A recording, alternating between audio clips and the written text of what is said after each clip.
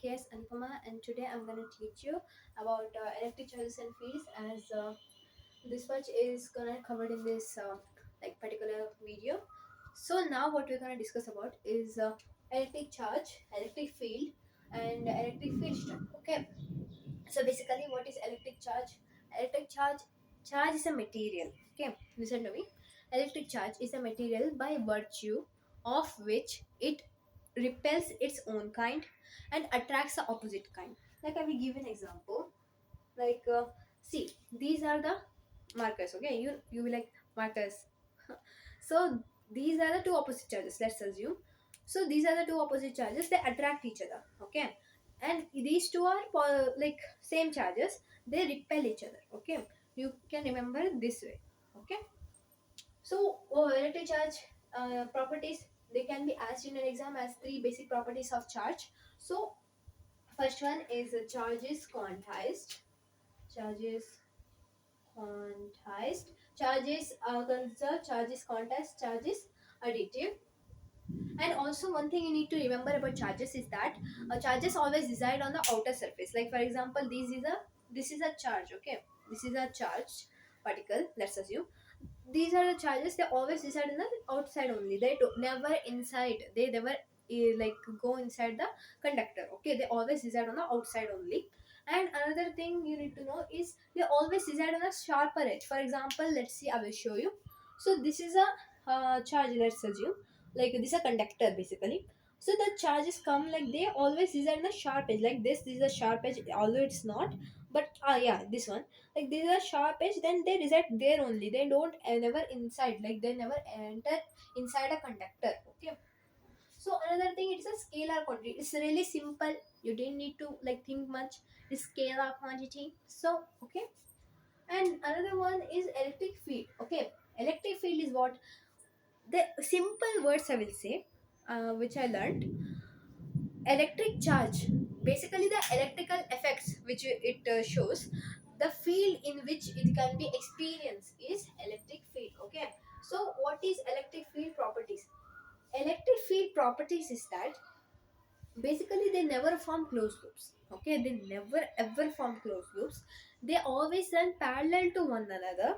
Okay, they always run parallel to one another. And another thing is that electric field is basically can be uniform or non-uniform. You don't have to think that much, but still I will give you an example like electric field strength. You will like, okay, we know electric fields now, what is electric charge and everything. So why is actually, what is electric field strength, like how much electric field which can be like experienced by a charge. Okay, see, this is a electric field. It's a uniform electric field. Let's assume if we place a charge in a particular point, if an electric charge is placed in a particular point, the amount of electric field which can be experienced by the charge is known as electric field strength. Understood?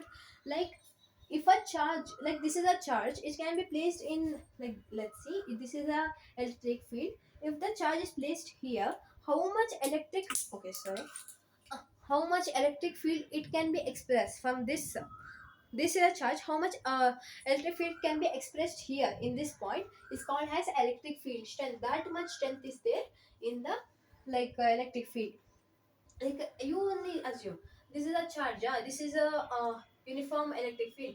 If it is fast and it is really like active, then what happens, like how fast the electric field is, you can experience in at this particular point. So that's why the electric field strength can be measured in this way of a particular charge. Okay, so charge properties I already told you. So basically now you have to discuss is about Coulomb's law. Coulomb's law is basically many times asked in your board exams. So basically remember this. Simple words I will say. If let's assume there is two charges, okay. So two charges are there. Q1, Q2. So you will like Q1, Q2, why we take this like this is one only, this is two only. See, you don't have to think that much. You can take as Q2, Q1, Q1, Q2. We are just assuming here. Okay, we are just assuming. Okay? This one is Q1, this one is first charge, this one is second charge. Okay. So basically, when we talk about charge particular, another thing you have to remember, as I already told, see, charges doesn't have to be positive only. They don't have to be negative only. They're just positive or negative, you don't have to think that much. But when we talk about charges, we mostly take positive only. We always say like positive in when we are expressing about a charge. So let's see two charges q1 q2. So the distance between them is called as r, as distance between them is represented by r. So basically the distance, the force experienced by a unit positive charge, sorry, uh, the force between the two charges. So the force between the two charges is inversely proportional to the square of the distance between them.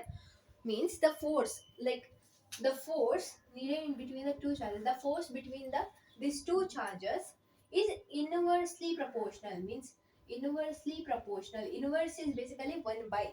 Okay. Whenever you're talking about something, inversely proportional to the square of the, inversely proportional to the square of the distance between them. Between these two charges, the square, like these two charges can be in any length. Like from this, you can, if you are talking about a charge, it can be measured from this, it can be measured from this also. But that's why like we take the square of the two charges. Means this can be like this only. Okay, they are continuing another thing. Like the length can be measured now, right now, because this charge is a minute charge. It's a small, so small you can't even see that. So that's why the distance between the two charges, as that's why we take the square. Okay. So basically Coulomb's law states that the force between the two charges is inversely proportional to the square of the distance, like square of the distance between these two charges. So basically, the formula is like this. Uh, F1, okay, one second. F is equal to 1 by 4 pi epsilon naught. This is a constant which we use, okay? And you will like Coulomb gave this law, that's why its name is Coulomb's law. So this is a constant which value is 49 into 10 to the power of 9 Newton meter square by Coulomb square, okay? You will like, why we use Newton meter square? Meter square. See, this basically, yeah, we are using this only. The when doing this formula, you can understand how it comes. Okay, when I am talking about like a formula and everything and how is the conversions, I will make another video on that. So at that point I will tell, but this time you just remember it as normally. So epsilon naught value is that Coulomb square by nm square. Okay, means Newton meter square. So charge value. What is the charge value actually like a particular charge? We don't know positive or negative. As I mentioned positive, negative here because we don't know. We don't have to think that much. Whenever we talk about like Coulomb's law or anything which is charge, mostly we express positive only. But still we don't know like it is positive only, negative only. There are two type of charges: positive, negative, and also it can be no charge such as neutron. But when we are talking, we express like when we talking about a charged particle and its value, then positive, negative 1.6, like 1.6 into 10 to the power of minus 19 coulomb, it is a charge value. Well, if you are talking about what is the, if anyone asks you like what is charge value, what is the charge, what is the value of one charge, it will be like um, plus or minus 1.6 into 10 to the power of minus 90 coulomb. Okay. So q is equal to ne. So you will like what is q and everything. So